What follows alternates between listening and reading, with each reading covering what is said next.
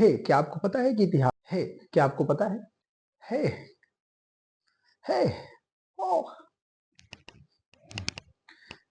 हे, क्या आपको पता है? हे, क्या आपको पता है?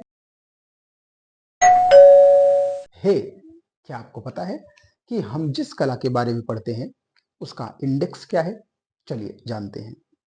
इतिहास को बेसिकली 3 भागों में डिवाइड किया गया है। एक है प्राचीन इतिहास यानी एंशियंट हिस्ट्री, दूसरा है मेडिवल हिस्ट्री यानी मध्य इतिहास और तीसरा है मॉडर्न हिस्ट्री यानी कि आधुनिक इतिहास।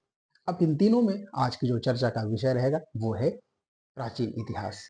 और प्राचीन इतिहास में जो सबसे पहला चैप्टर शुरू होता है वो कौन सा आता है?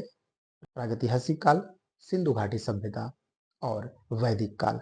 इसके बाद शुरू होते हैं हमारे राजाओं के काल, जिसमें सबसे पहला आता है हर्यक वंश, फिर शिशुनाग वंश, फिर नंद वंश, फिर मौर्य वंश, फिर शुंग वंश, फिर आते हैं कड़ वंश, फिर आते हैं सातवाहन, सातवाहन के बाद आते हैं वाकाटक वंश और इन्हीं के समकालीन आते हैं गुप्त वंश। ये वही गुप्त वंश है जिनका काल हमारी कला का या हमारे इतिहास का स्वर्ण काल माना जाता है।